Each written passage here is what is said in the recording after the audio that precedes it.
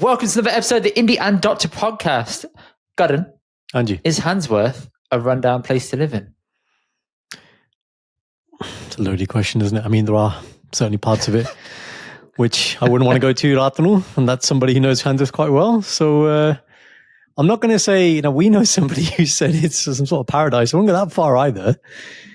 But yeah, it's definitely not the worst place in the world, let's say that. Context behind this, people, in case you didn't know, Robert Jemerick is a Conservative minister, and he said some pretty spicy things about Handsworth. Should we give it a listen, Karen? Mm-hmm. In Birmingham the other day to do a video on litter, and it was absolutely appalling. It's as close as I've come to a slum in this country. But the other thing that I noticed there was that it was one of the worst integrated places that I've ever been to. In fact, in the hour and a half that I was filming with news there, I didn't see another white face. And that's not the kind of country I want to live in. I want to live in a country where people are properly integrated. It's not about the colour of your skin or your faith. Of course it isn't. But I want people to be living alongside each other, not parallel lives. That's not the right way we want to live as a country. Acha. A lot of contradicting statements made in 30 seconds. Very impressive to do that, I've got to say. Okay. What affected you most? What triggered you most? Or what you disagreed most? There's many great things that have come out of Handsworth. Okay. Yeah. Handsworth has had a full list of people that are absolutely great to come out of the city. To name a few, straight up, great people out of Handsworth: B21, Apache Indian, Jamelia, Adil Ray. Handsworth has had a history of producing good people, and they've had massive impact on culture. Jamelia's music made it to like the top of the charts. Yeah. B21 massive for the Bhangra and Indian industry. Apache Indian as well, another cover guy on many Bhangra songs. Come on, man. For you to say that it's not an integrated area is a bit much when they're doing a lot of mainstream things in public today, right now, as of 2025. So was he in Handsworth? Because he says Birmingham in the clip. So he said he was in Handsworth because what he did was he went on to GB News and he went around to talk about the litter problem in Handsworth. Which is a problem. Well, Birmingham, not just Handsworth. Yeah, it is. Yeah. It is a problem. I agree. Yeah, he said I didn't see a single white face the entire time I was there. Okay. If you went back and watched his own video, which I found because, journalism, you can see he interviews exclusively white people in the area. So tell me how you didn't meet any white people, bro. Now you're just flipping a mad narrative. And then you said it's not about the color of your skin, but you've just said there's not enough white people in the area. Which way are you having it? So when I watched the clip, when I initially heard the first bit without having heard the ending, I didn't really understand his point because he was saying, oh, there's not enough white people in the area. But if white people, for example, are choosing not to live in a certain area, then how can you make a point about integration? But then he goes on to say, no, I think what he's trying to get to is at the end of the point, which is this idea of living in parallel. I kind of understand that concept. It shouldn't just be all the brown people on these streets and all the white people on these streets, right? But yes, there should be. Now, I know we've discussed in the past about integration, what that means, and getting on with people is an important thing. But you're right. I mean, how you can just conflate this thing and just say, well, there was no Gore, therefore it's not integrated. Like, doesn't make sense. Wild. It's crazy. Yeah. So also think that everybody in that area, they are integrated with each other. It's a melting pot of different ethnicities. It's not just brown people. I looked at the population stats. It's 91% BAME. Right. That's not just Asians. It's mixed full of people. See, that's it's a also the nuanced point, though, isn't it? most deprived area in Birmingham. 16. As of 2019. 16 out of 69. So 69 wards in Birmingham, it's ranked 16th. So it's not the worst. Okay. It has a lot of people in it, and only 47% of people are employed. That was as of 2019. Those are the stats I could find online so before pre-COVID. I think that point you make there is a very good point that actually doesn't get talked about enough. So when he's talking about integration, he specifically means white people and other people. Correct. Whereas what you've just said there is very important, that in the same way that, you could have somebody who has Gora Jimmery, right, white skin, but they could be from here, they could be from Romania, Lithuania, wherever they might be from Europe. That's a different subculture, right? And in the same way, like you said, there's different types of brown people. And if they're all mixing, that is integration and getting on. It's just not the the definition that you have placed on integration is not being shown. He thinks it needs to be majority white people, and all the little bits around it have to be other BAME. That's what he's kind of implying there, where he's like, I didn't see a white face. Big man, why does that matter to you? Do you think I go to the Cotswolds and say, oh my God, there's no brown people here, I feel really scared? No, I just accept it for what it is. It's a very expensive area. The people who live there are going to have high amounts of disposable income.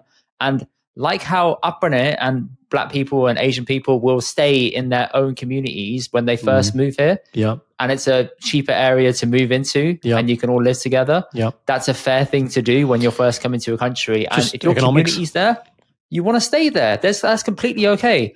I'm not going to go around to the Cotswolds and say, hey, why are there no brown people here? Why aren't you allowing us in? Because maybe we didn't feel welcome enough to go to those spaces, to go and be there and feel like we had our sense of community, a desi shop, a gurdwara, a mosque. All those things aren't there, and that's fine. You don't have to go there. But for you to say it has to be one way or the other is very stupid. It shows that he's from Hereford, which, by the way, is a 95% 95% of the community is white people. So it just shows that if that's your standard of living and you think it needs to be like that across the UK, you're being a bit silly. The only point I take contention with what you said there is I'm not sure if he's advocating for the predominant population needs to be white, but maybe at least 50%. Like, for example, I went for a walk with my friend yesterday, and we were talking about when I attended the primary private school that I went to, I looked at the class, about 50% Gorde and then 50% like not Gorde. Now, when I go to open day looking obviously for Akam and stuff, predominantly it's brown faces. And of those brown faces, mainly Sikh, and then maybe like one or two Gorde. But it's completely changed. It has changed. But do I then want, this isn't right, this needs to be, even?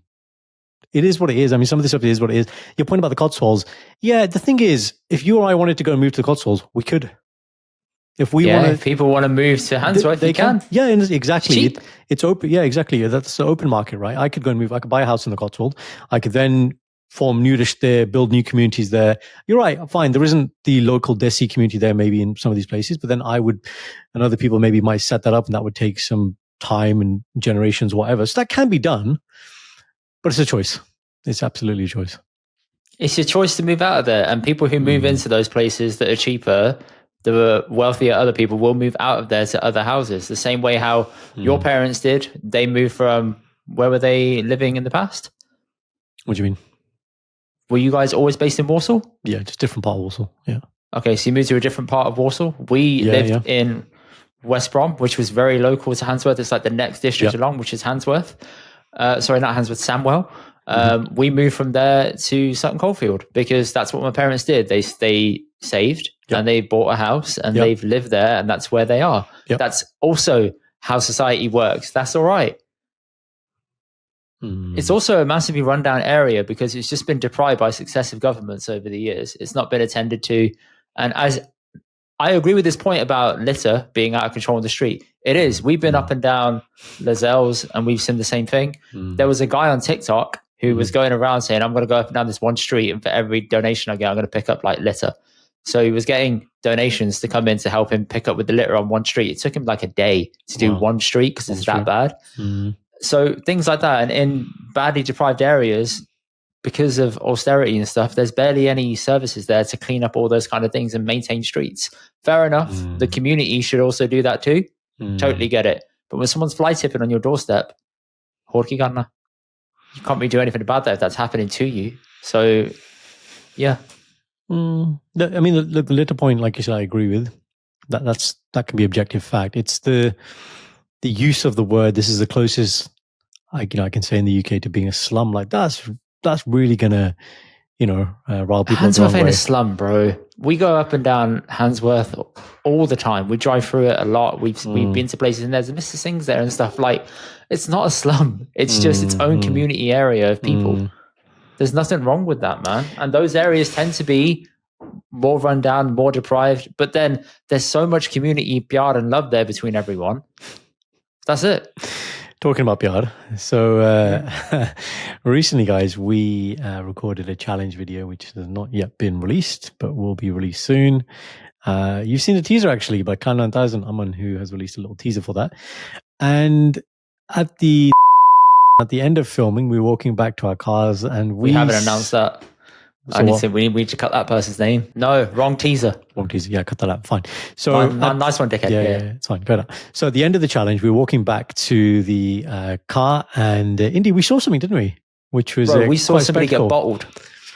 Yeah. Do you want to? We saw a man and a woman going at it. Right. Not at it as in like love. It Shall was. I be the man? This Shall I see what he is said? pure hatred. So Indy's coming. I mean, don't because there's kids in the car, man. I don't think that they should hear half the stuff. Right. That's being Okay. said. All right. Fine. Right? So yeah, we'll do the bleep bleep, which is he shouted something very explicit at this lady. He called his missus a lady of the night. A lady of the night. Yes. Right? Yes. And so imagine the word now, but not the P word, the W word. And at the end, I'm just going to do the end bit because that bit was the bit he went, oh, right? Oh.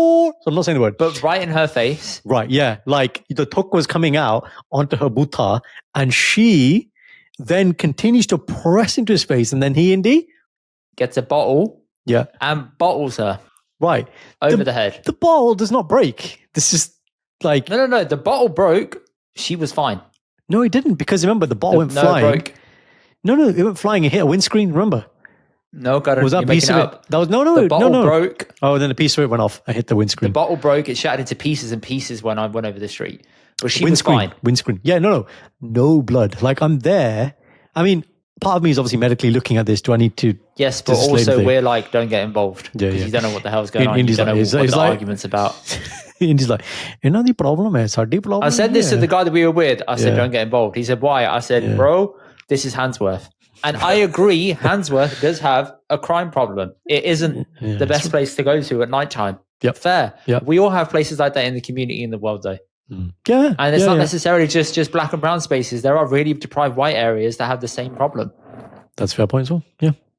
Soho Road at nighttime is not Soho Road in the daytime. It is wildly opposite. It turns into a little bit of a red light district, being very honest.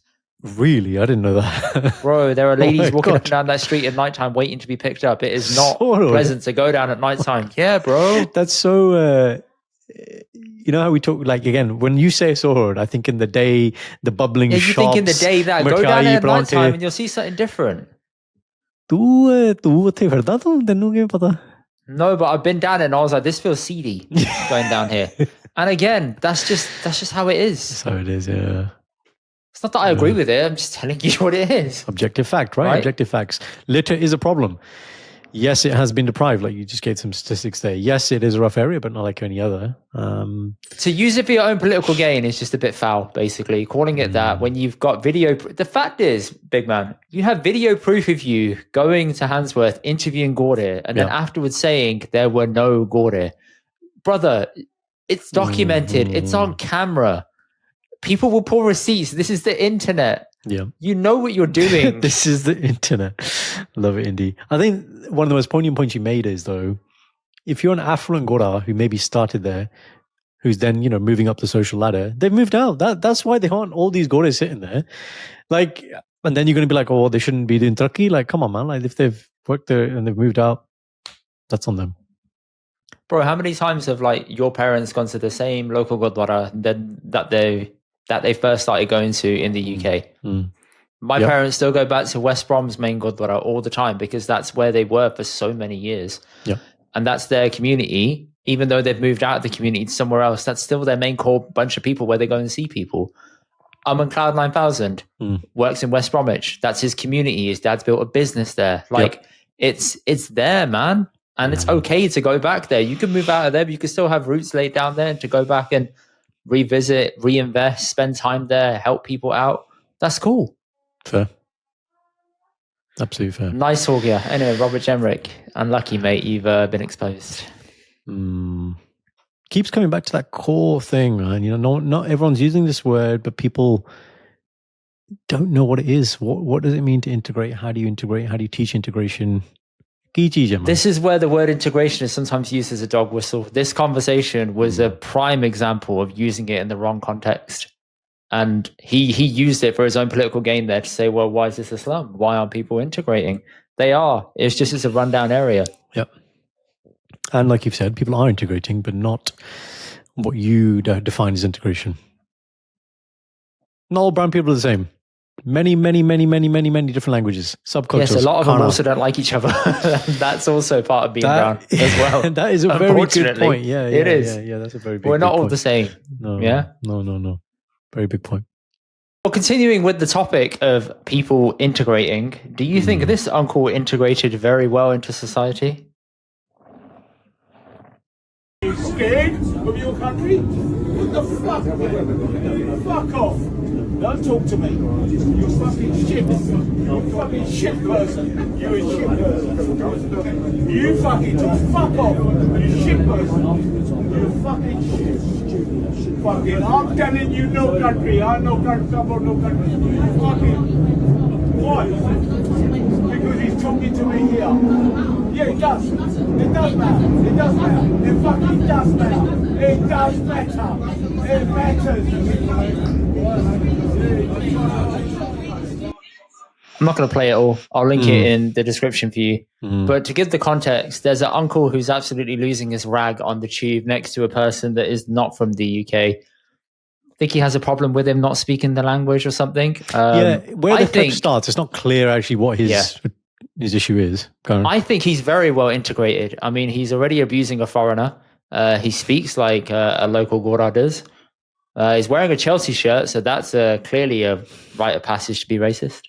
Did I miss anything else out? Yeah, he tried to argue with a lady on the train who was black, who gave him one of the best verbal dressing downs I've ever seen. Wait, she was like, no, I'm not standing for this. You're going to get this. I'm going to give you the full kata. Full kata. She lays it out, man. Again and again. And then she said, don't forget, you're Indian. You might be British, but you are still Indian. Your parents would be ashamed saying that to him. And I thought, fair, man. It's important. And, when we discuss this offline about why we should discuss this. Now, I don't know if Uncle is Punjabi, right? I don't know. I don't know. Fine. That's not actually that important. No one's going to claim that to be their uncle or their dad. They're going to be like, I don't know him. But irrespective, he's Punjabi, not Punjabi, whatever. As a brown person looking at another brown person, shameful behavior. That's Straight not... up. Yeah, even the same way, if you want to criticize, Gore who go off and say racist things or you don't belong here, blah, blah, blah, blah, blah, you can't be the same. You cannot belittle other people, and it tends to be the people who, he seems like one of those, his parents came here, he's grown up here, he's basically, like you said, sounds like he's proper Gora, whatever, speaks like English, like, mate. Yeah, and then you think you're better than the rest, and they're the ones who are like, no, let's turn the tap off. Asi migrants aage, whole migrants di lod nahi hun, tusi dafa ho jo. Like, just, again, don't know the context, right? What uncle had said to him, the other uncle said to him, but he looks like Buzurg man, the other guy, and he's just... What do you mean? Buzurg, like he looks a lot older than the guy mouthing off at him. And he just ran off on one, and fair play, man. Because again, this is London, yeah. It was a tube, isn't it? Yeah, fine. That's on a tube. Right, that looks like the district line or the circle line, from what I can see. Very good indeed. That's your tubes, man. Very good. I think so. Very so. good. Let me just rewatch the video while you say that, so I can verify. Right. He's so funny. You go. Now, we've been on the tube and, we reported things that have happened in front of us. Nothing like that, really, but people getting off on each other and doing weird sexual things to each other. It was actually after a Chelsea football game, because there's other Chelsea fans on the train. You are Sherlock Holmesing this so hard right now. So I don't know if it is the district line. What time of day, Indy? What time of day, Indy? Come on. Venture a guess. Towards evening time, by the looks of it. It's a little bit dark outside. But I can't see the tube stop. Trying to see the tube stop in the background. Anyway, continue on. Yeah, and you often give me the kind of advice, just let people be on the tube and everyone's in their own zone and place and you don't say anything. So to see that, great. And I like, again, person of color, calling out another person of color, right? Great. Keep each other accountable. This is the most important thing, right? There's not one set of rules for one, set of people of color or whatever, or creed. Everybody, keep everybody accountable. It's also the right thing that a person of color said it, because I don't think a white person could interject in that moment. I think that's more for another minority to interject and say, listen, you step down and stop what you're saying because you are just like us. So she's pointing to him like me and you on that relationship. If a white guy says it, that looks weird. It looks weird, but I also feel for Gore who feel like, again, content-wise, and it's not wrong for them to say it, but they feel like they can't say it because they'll be labeled as being racist for saying it. And it's like, well, that shouldn't be the way it is either. Okay, all right. It depends on how you say it. There has to be more sensitivity used in that moment by a Gora. But if it's a brown person saying it, you have more rite of passage. I feel like the message sticks harder. It has more impact. You'll receive it more. You'll feel like it's fair game. If you're the person receiving it and this person of color saying it, you'll feel like it's fair game. But I'm saying from the perspective of Gora's like, look, man, like I should still be able to say, I shouldn't be scared to say things which are right. Gary Neville. Bro, getting grilled. Gary Neville, right? Like, where do you sit on that? What did he say? He's walking out. It's the day, so I'll give you the context. He's walking out and he said, look. Day one after the attack, after the attack, right? This is after the synagogue attack. Day after. Yeah. And he's saying all this stuff. No, but he said it after the synagogue attack. Correct. But I don't feel like that had relevance to what he was saying because this whole problem has been simmering in the background for a while. Correct. And I think this is where, the people who don't look at nuance, who go off in the comments, they go berserk. Saying, well, why is he talking about this after the synagogue? Yeah, no, I think he is referencing the synagogue, but then he's referencing more about the flags. And the flags obviously have been a bigger issue for the last couple of months rather than just... He's talking, look, there is division since the attack, yes. But then there's been more division in general for the last couple of months, and that's when he's referencing the flags. So what Gary Neville said, for those who didn't hear, is he said, don't be fooled, essentially, by those who are trying to stir up hatred between the two of you. The flags are being used for the wrong reason. It's been used to stir up division between everybody by rich white men who know exactly what they're doing. He said, I'm a patriot. Not rich white men. Again, what did he say? He said middle-aged white men. Sorry, middle-aged men. You know what's interesting? I got that wrong. But you know what's interesting about that?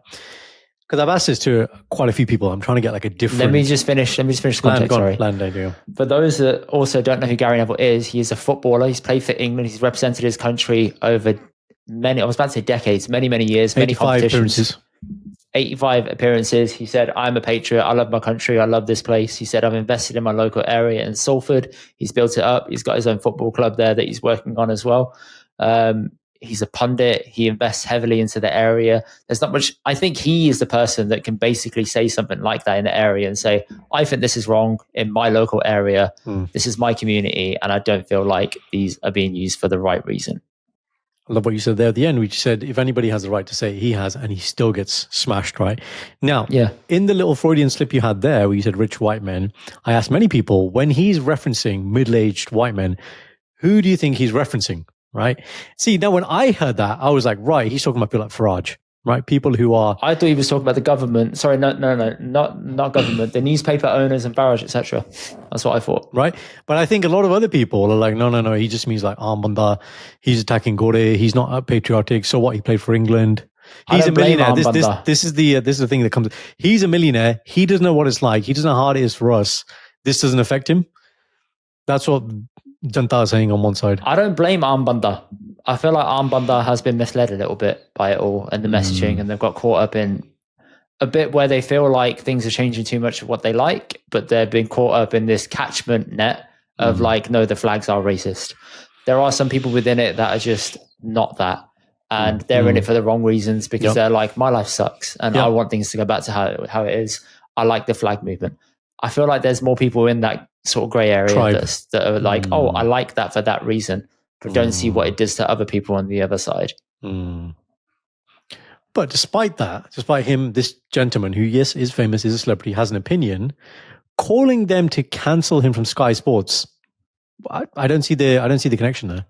Geez, man, that's just how society is. You know how it is, man. If you say something that the wider narrative don't like or doesn't fit, look at what happened to Gary Lineker, man. He got kicked off the BBC for an anti-Semitism post that he put up that he didn't realise was anti-Semitic, and when he did, he apologised for it.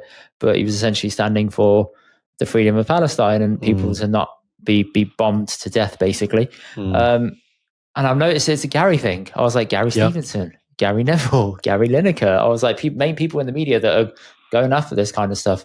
All we need now is Gary Barlow, and you've got like a whole catchment. Right? You make a band there, I'm telling you. But crazy. Crazy. Yeah. I don't think he'll get kicked off Sky Sports because they're a private corporation. So it'll be fine. The BBC is different because there's other bosses out there and it's publicly owned. So there's more pressure put on it. Because it's a private corporation, nothing will happen to him. And fair play. I was listening to, I don't know whose take it was. I think it was LBC's take. And they were saying, he's, like I said, he's very well, really comfortable, must have a private opinion about these things. But the fact that he came out as a Gora with this opinion, I don't see many other, I was explaining this the other day to somebody. I said, if you're a person of color, okay, there are some people who feel that whatever you define as the furthest of the far right, they want to see a country which is only Gore. Yeah. Right?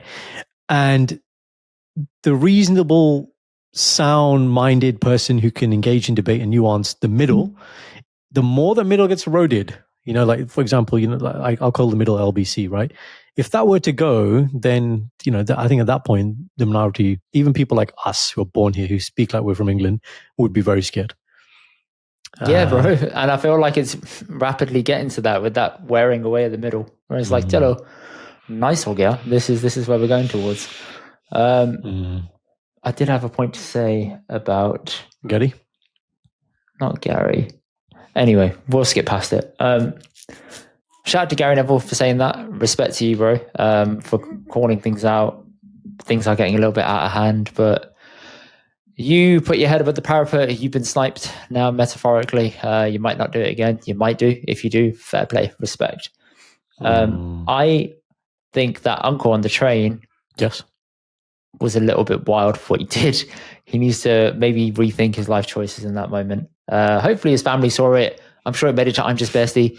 I'm sure it made it to UB1, UB2, and it made it to his brown circles, made it to his community WhatsApp groups. They're like, is this you, Bicep? Yeah. Or maybe he doesn't have any brown friends, and that's also fine, but I'm sure somebody knows of who he is. Maybe he's sitting there rethinking what he's done. But shout out to that lady on the tube. You absolutely gave it to him. Fair play. I do want to play what our boy Daman did. Yes. After that. So Daman made it into a skit. Pure comedy. Full credit to this guy for it. I'm play it here. I'm going to link it in the comment after. Enjoy. Telling you no country, I know country. It does matter. It does matter. It does matter. Here he is, if it isn't embarrassing. Or was it self-despising? I can't remember.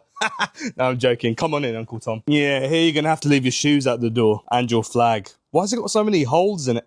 Never mind. Let's make you comfortable. You want a bit of music? Yeah? Michael Jackson? Yeah, I thought so. You should go and love yourself. Oh, whoops. Friendly advice. Can I get you anything? A drink? A mirror? You reckon you can get some Robinsons in you? Can we talk about your sexual fantasies another time?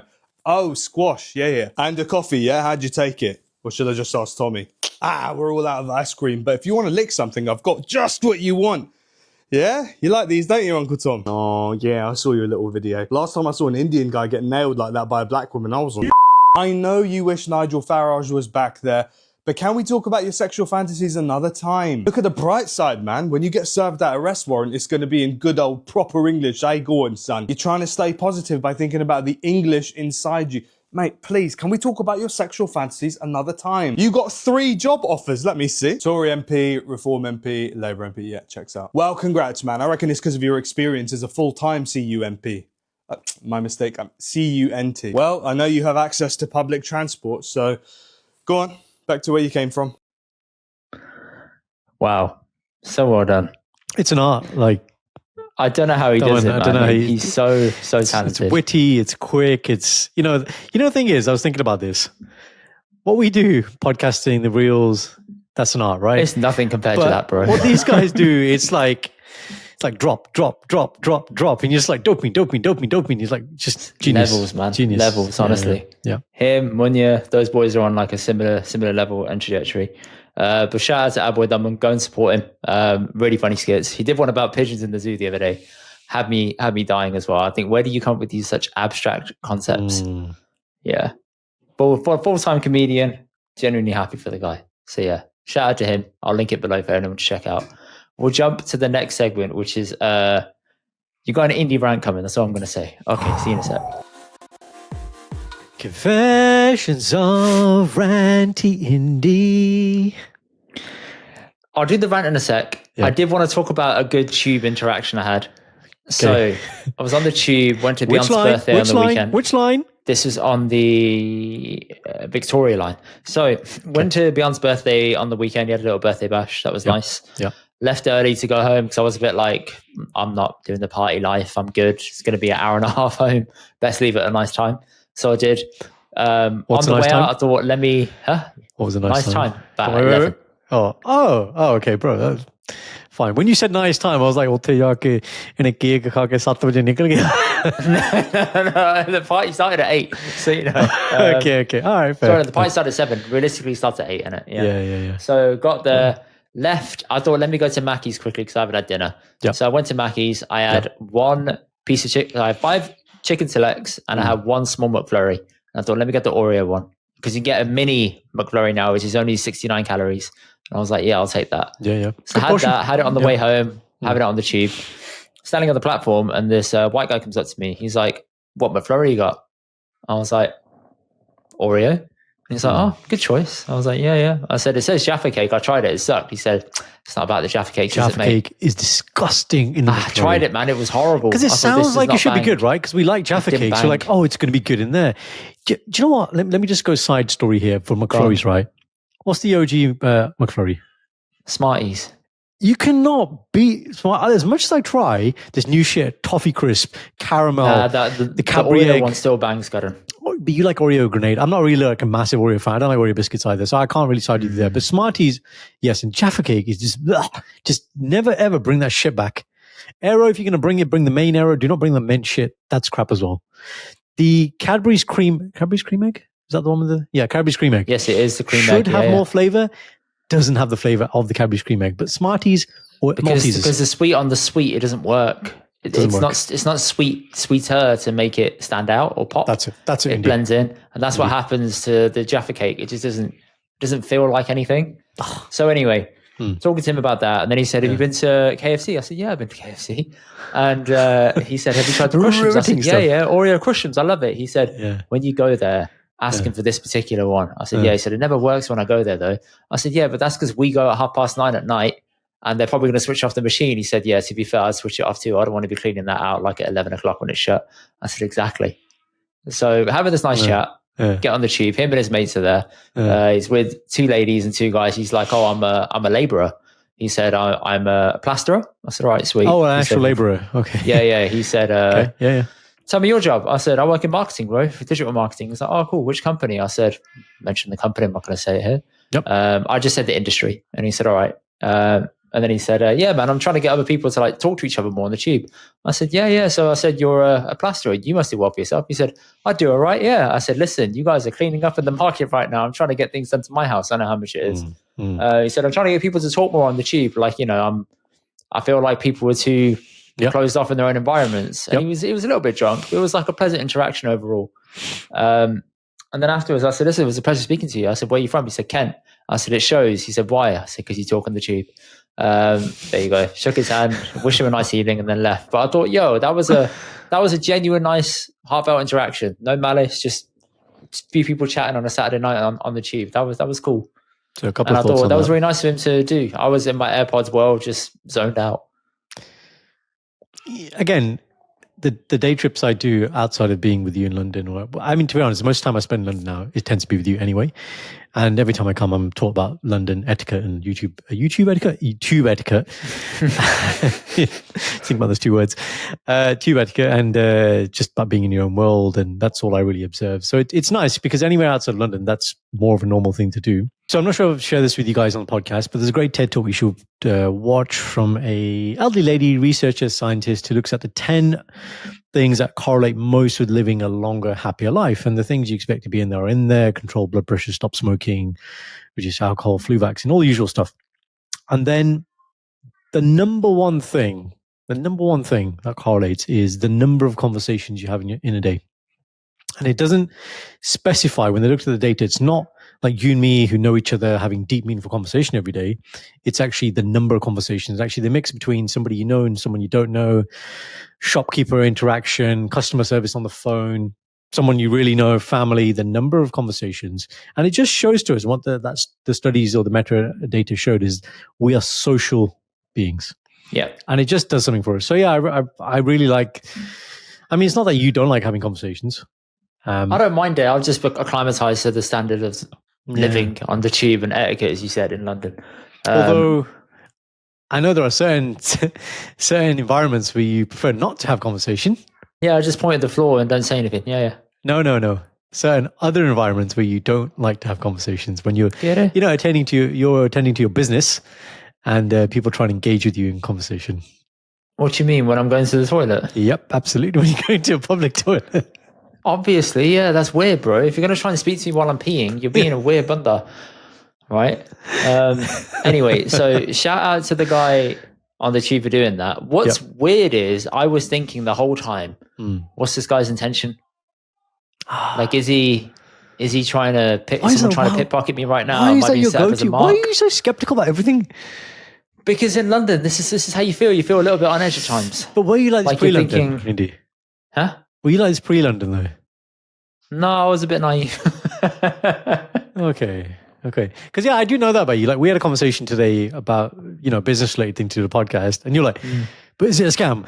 I'm like, "Yes." Okay, like yeah, we should consider that. But it's like, but it could be a scam. And I'm like, okay, no. But I was like, listen, I am happy, but also, is this a scam? I just need to. I need to throw that out there, just so we can investigate that. But right now, yay. However, is it? No. This is like AI in the future. I'll tell you something, but are you really current? Like, are you real? Like, like Indy, it's me. No, but how do I know? How do I know? I'm like, okay, Indy. Anyway, so that was that. Here's the rant. Did you know you can get given a tube fine? No, it's not a tube fine. Start that again. Did you know you can get a parking ticket for mounting the curb in London when you park your car? Right. So you're talking about in an area where you're parking your car and you might go on the Ringo app and pay for your parking. Not a bay parking. You're talking about roadside parking. Roadside parking on a curb. Parking. If you put your car there, 2 wheels on the curb, no lines on the floor, no single yellows, no double yellows. Yeah. So it's a place where you mean it's a free place to park? Free place to park. Right. It's just like outside somebody's car or something on a little road, wherever it might be. Exactly. When I come outside your yard, I'll mount the curb. Good example. Chill. Yeah? This is not a permit area. There were permit spots in front of me, but that doesn't matter. Right. It doesn't matter. In all my years of driving. What I'm trying to work out is who would be patrolling this area to give this fine? At this time of night. It was like 8 o'clock at night. No, but on a Monday night. If it's like a free area, why would there be a patrol person if it's not a paid parking area? That's what I don't understand. I don't know. However, London. I got given a ticket for this in London. Apparently, I thought this is bullshit. I'm gonna appeal it. Yeah, this is bullshit. Yeah, look at it. It says on the notice specifically the wording: parked with one or more wheels on or over the footpath in any part of the road other than a carriageway. Code 62. I thought this is bullshit. Then I googled it. Apparently, this is real. In London, you cannot mount the curb to park your car at all. Outside of London, it's allowed. In London, you can't unless it is explicitly marked saying you are able to mount the curb to park here. Please mount. Do you know why? That's all. So I think you're right in what you're saying that it doesn't exist formally or legally outside of London. But for example, in our wider neighborhood WhatsApp group, there are a particular group of people who clearly have nothing else to do than complain about people who mount their gardenia on curbs. It comes up quite often. Now, it's to do with the right of way of the pedestrian walking. If a pedestrian is forced to go around a car, therefore endangering them going on the road because they cannot go through. Okay. There is a style to this. If you mount the curb and you leave sufficient space so a buggy can fit through it, that's legal. And that's fair. I mean, because there's nothing wider than a buggy. Exactly. That's legal. Yeah. Right? Bus. However, this sent me for 6. I was in a blender because I thought this is bullshit. I've never seen this happen. I didn't know it was a London specific thing. Now, your point about saying mounting curbs and bay parking, the spots in front of me were bay parking to mount the curb. So I Oh, they were. thought this is okay. Oh, okay. However, I just didn't okay. know this shitty rule exists in London. I read the ticket. Guess how much it told me to pay? Is this if you pay now, it's 50% and then the usual? Yeah, but tell me the full price first. Yeah. The full culture No, no. that gave Sandra a heart attack when I No, told her how full much it culture was. meaning if you don't pay early. Yes. Okay, so I'm going to go with 140. Bang on. £140 for the whole thing. I said that and Sandra said, what? I said, it's probably a 50% discount, 70 quid. Yeah. In Birmingham, 25 quid. I've been in places where it's happened to me a couple of times. 25 quid. I'm like, I'll take that hit. That's fair. 70 quid. Wait. Is it solo datum? You mounting those curves? No, it wasn't that. It was I accidentally forgot to do the Ringo parking. I registered the wrong car in a spot. And then it gave me like a £25 parking ticket. I did that to my sister's car. Instead of Yeah. I put a 0, but they waived Yes. it. They waived it, though. They waived it. They No. waived it. Yeah. I didn't do that. I just had the wrong car set up, my old car. And, you know, it's default. You just flick it through quickly. Yeah.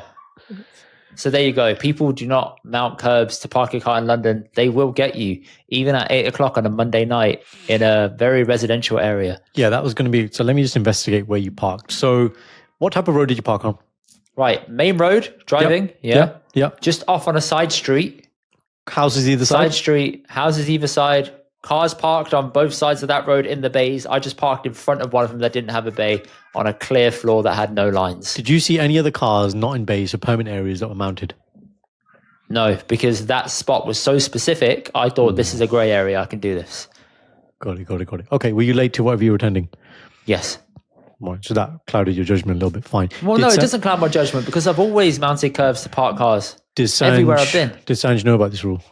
No, she didn't know about it either. Should she have known about this rule given that she's a Londoner and claims to be a Londoner? She doesn't really drive though, innit? She's only recently started driving again. She's driving now. She's got my con. Right. Well, now she knows now because Now she knows. I've been hit with this fee and this fine. So yeah, we went halves on it because we were both attending the event. But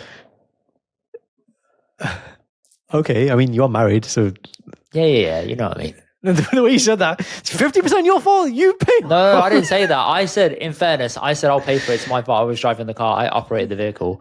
And she said, no, I feel bad. So I she offered. operated the vehicle. I operated the vehicle. It's my Right. fault. Pilot thing. What was the question I was going to ask you? Digger. Yeah, sorry. Why did you feel the need to mount? Why not just parallel park it? Why did you Because want the to road mount was it? narrow, and I thought if I just stick to the road and all the cars are in that bay area, the road is so narrow that hard for cars to get car's through. going to get scraped. Cars can't get past. Fine. So you were trying to do a good thing. Yeah, Correct. Tried to be in line with everything else. The main road had single yellows, so I can't park there. There's a rule about single yellows, isn't there? You can park for After a certain time or weekend. Yeah. I still don't understand it. I don't either. Yeah, like, It's double a grey yellows make area. sense, but single, I never know. I just kind of see what everyone else does. Yeah. That's So there a you bit go. shit, isn't that it? was my fucking rant. Can't believe it, man. Just, So wow. So Sandra's saying something about you want to move back to Birmingham because of this? No, I didn't say that. Like, No, I didn't say that. I just said this is. I said in my. Well, I'm approaching nearly half my life of driving now. In my near half my life of driving, I have never been hit with a ticket for parking a car normally. London, baby. Paise kadne hai. Okay, paise kadne hai. If you're not going to give it to them, everyone's going to get the best out of you, geezer. Here we go. Parking, right? Earlier today, I had to go into an area to pick up some stuff from Sainsbury's, but Sainsbury's is in a parking area that has a parking barrier attached to it, and it's like this massive complex of shops. Yeah. So I'm going in, I park my car, I go inside to get the package, I come out, 12 minutes, £3.25. 12 minutes. I said, fuck you. £3.25. Fuck you. You are taking the piss. How are you going to charge me £3.25 for that? On a weekday. Your mind is 50, up to 50 minutes free. Is that kind of what you're expecting? Or? Yeah, but also my mind is, fuck this country, man, sometimes, genuinely. Any little bit of better they can get from you, they will hoover it out of you as much as they can. It's good ridiculous. Good thing you said that last bit, otherwise that bit's going to be snipped up in it. If you don't want to be here, lad, you know where to go. Off, go on, mate. You don't want to be here. All right, mate. Next time you pop after those shops, man, you got to be hit with that fucking parking fee. Why don't you have a chat with me, sunshine? Yeah, then we can have it out together. Yeah. All right, Charlie. Yeah. There you go. Oh, good. Cello, I'm done. Go on to you. So I was at work today, and I was with one of my colleagues, Lauren. Lauren is Lauren. Lauren, aka It's the old Loza. mom's Lauren. For those who Loza. don't understand, that's a Top Boy reference. She's a big podcast fan, and she's like, "I am Lauren. yeah. She's like, "I'm your official Gordy fan." She Oh, says to thanks, me Lauren. often. Appreciate you, bro. Yeah. Anyway, so she was. She's part of the team I work with, and we see patients / clients / candidates, whatever you want to call them.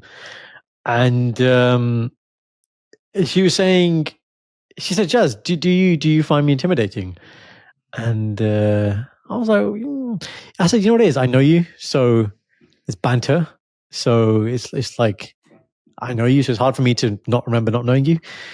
But I think people, if they don't know you, when these people see you for the first time, they might, because you got RBF." She's like, "Yeah."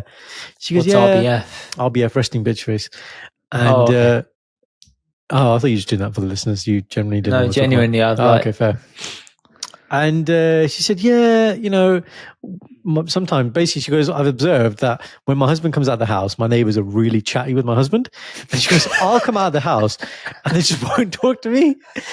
And she was like, "What can I do?" And so she's like, maybe I should get something done, to make myself smile a little bit. I was like, "Yeah, but then you become like the Joker. Then you'd be sitting like in the corner like this creepy woman, just smiling all the time." I was like, "That's not the answer." I was like, "You just need to initiate conversation." She goes, "Well, why should I have to initiate conversation?" And I was like, "Well, it's hard, isn't it? Because they don't know that you're not angry. I mean, you might not want to talk, but sometimes you might want to talk as well. So you just kind of have to like, oh, you're right. Yeah. How's the weather? Blah, blah, blah. The usual shit we talk about. Yeah, it's very trying normal. to get conversation. Yeah. So the question is, Indy, we haven't done I have a question for a while, but solutions, please, for somebody with RBF. Ki kar sakda banda, hai na? To tell people, to communicate, I am not a bitch. No, I have an RBF at times. When I'm not interested, it really shows. No. Yeah. No, but see, okay, here's the delineation, right? She's saying the Buddha looks like RBF, but andron mein khush hai. You're dukhi, and you do not want to be communicated. So that's I'm you're not congruent. No, you are.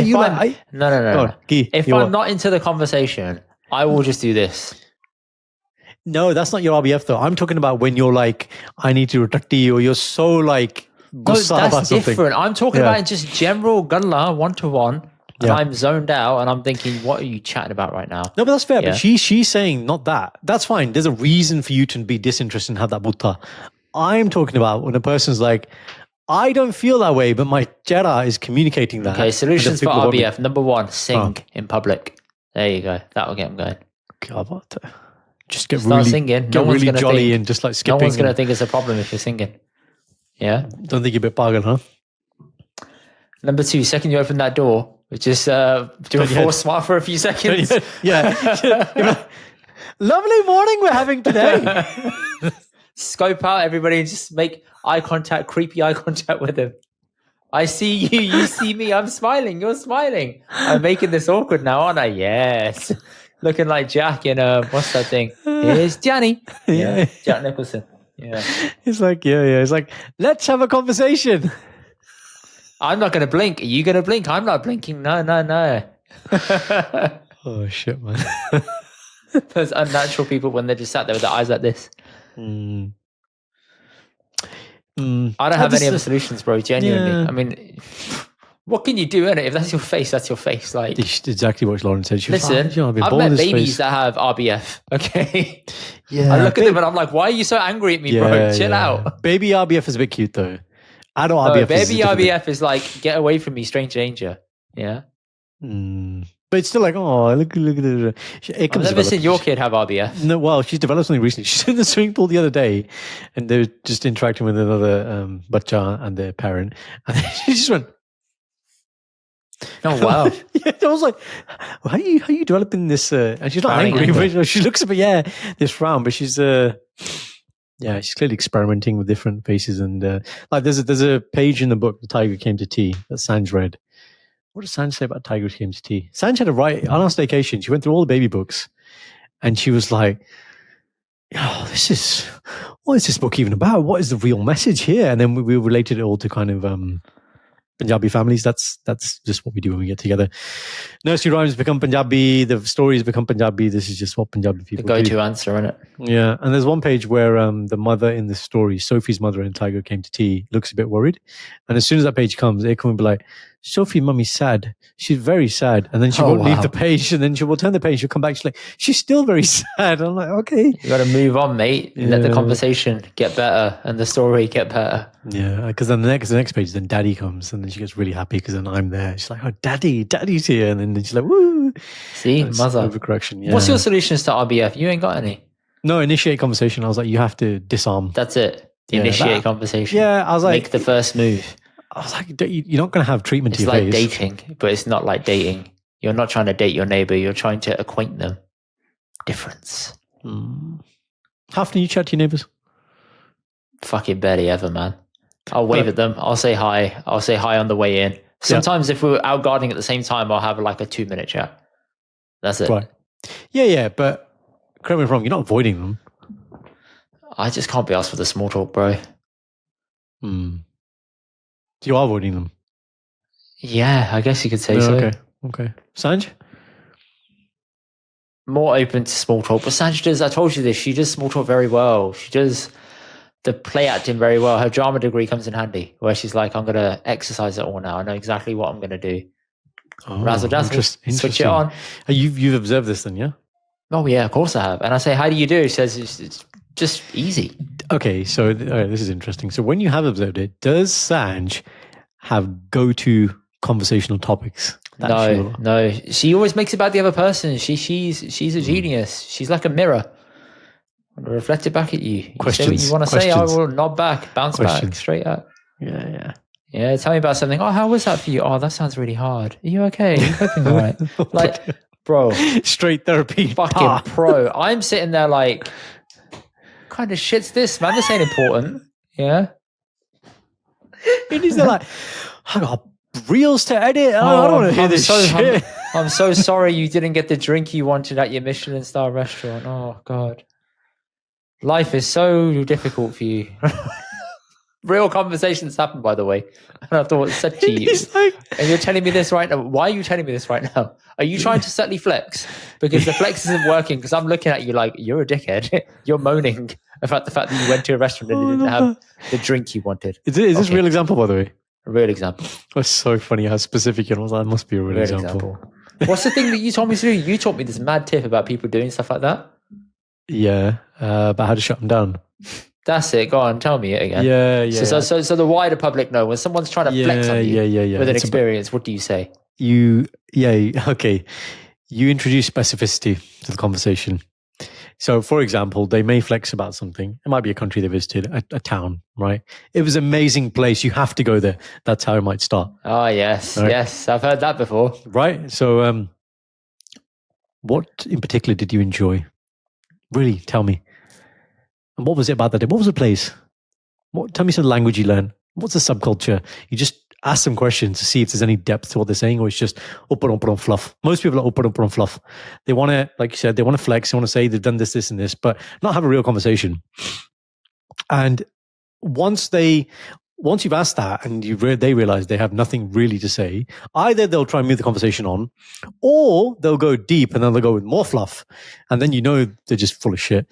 I don't know, man. I feel like some true narcissistic fucks can definitely make it all about themselves. It's not that difficult. Yeah. No. And they can also go deep on some random points and lie to you. That's not difficult. Fluff. That's what I'm saying. If I've asked you for specificity and you can't provide specificity, then if they give random specificity that I can't define. No. But they said like, I really like the red roses that were on that road. Yeah, fine. At least okay, fine. I can't dispute that. But in the time or the experiences I'm thinking about in my head where I've done this with people, there's just nothing. But it's just grand statements after grand statements. You must do this. I was there. I experienced this. And I'm just like, okay, what did you experience? What did you experience? Tell me, really, really tell me. But obviously I don't do it in a condescending way. You've got to you do it from a place of intrigue, right? And then you lock in. Imagine you're sitting back. You gave me a full demonstration. You like sat forward, put hands on table, clasped hands and went, tell me more. What did you enjoy specifically about that one thing? You did this a lot. One thing. The hand. Do I? Is it like the there? Is that there? Yeah. Another there. The Okay. one thing. Yeah. It's like when people say, "How's your day?" Shit question. Sensational. Shit question. It's just a shit question. What was the best thing about your day today? Better question. Specificity. You've been watching that TED talk, haven't you? The one I've had saved in my I've had it saved and it randomly pops up on my YouTube feed. And I'm like, I don't really want to watch this. But one time I did, and it was how to not make any conversation boring. And that was one of the go-to answers. That was one of the things. Okay. Yeah, I haven't watched that. What's the best thing about your day? And I was like, it's an NLP technique, and I'm all about the NLP. But even this, for example, you put something in our WhatsApp today, and I was like, well, what's the purpose of it? Now, I think sometimes what did I say? No, you told me. Now, what I did like is you actually gave me a response, because sometimes you get flippant and you'd be like, well, what do you think it is for? And you think I'm saying something to be stupid, but I'm not. I'm now learning how you want to be communicated with. No, it's about be precise with your speech and with definitions. I'm not talking about you there. I'm just saying when I interrogate people, interrogate's the wrong word. When I'm asking for more, when I interrogate people, I put the light on them, shine them in a room, handcuffs on table, and I'm like, tell me the one thing you really enjoyed about that holiday. I want 3,000 word essay. Kiss cheese to enjoy kita. You'll often, if I'm sitting with a good friend, such as you, right? And you may be offloading about something, and I really want to understand the nature, the root of your pain or your query or something you want help talking through, whatever. Raj Roda will often attest to this. I will often say, pause, define what you mean by this. Define what you mean by this. You have to agree definitions so that there's actual... Sometimes you can pick it up, Karan. No, you can. I'm not saying I stop at every word and say define this, define this. I'm not saying that. But I'm saying when it's important, because again, people use stuff, but what do you mean by this? Because what I mean by this is very different. Your version of this is hard is different to my version of what this is hard is. For example, what about this was hard? Would be an example. Yes. Just like not looking at your phone on the podcast is very hard. Sorry. I know I'm giving you shit. I'm joking. I know it could be important. It is. I'll tell you after. What it is. You should go and attend to that, and we will end the pod. It's done. Be precise with your language. Sure? Yeah. Okay. Be precise with language. Be precise with your language. Anything else to add? Precision thing? I'm an excellent communicator. Excellent communicator, precision thing. Anything else? I don't know. Lord of the Rings, Mavi. I am Frodo Baggins. Same height. Next. I didn't say that ever, but Beyond, thanks. Anything else? Hairy feet? Beyond, thanks for the vote of confidence. What did he say? You know what he said. What do you mean, horn the ball? Like I'm not going to ball about it. I don't give a shit. I'm balling.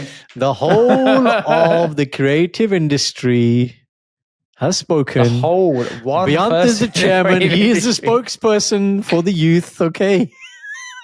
And he has decreed that Lord of the Rings, the representative of the youth, has attested that Badia, and that is that. Our boy Beyonce. Yes. Funny guy. Yeah. You got to show him Lord of the Rings, Star Wars in your cinema. Got Okay. That can 100 centimeters. Sorry, 100 centimeter, 100-inch screen. Voila. Yeah. Okay. Ohi. How much is 100 centimeters in inches? I don't know. I don't know why you're asking that now, but 12, fine. 24. Math's going to be on the live podcast. Actually, it's a 42 kind of. Yeah, not bad. Oh, okay. Yeah, nice. Really useful information there, indeed. That actually is. 30 centimeter ruler, 12 inches, quick maths, mental arithmetic. Okay. I'm going to be seeing you soon, aren't I? You are. So we're going to have much to discuss next time on the podcast. We are. As well. Might even put a little bit of content out. Who knows? Might even go live on Instagram. Who knows? Ooh, diggity. Don't tease me about the lives. Let's see. Don't tease me about lives. Lovely. Nice, Olga. People, see you next week. Goodbye. Thank you for watching this week's episode of the Indy and Doctor podcast. Please check out the rest of our episodes here. Don't forget to subscribe here, and we will see you guys on the next episode. Goodbye.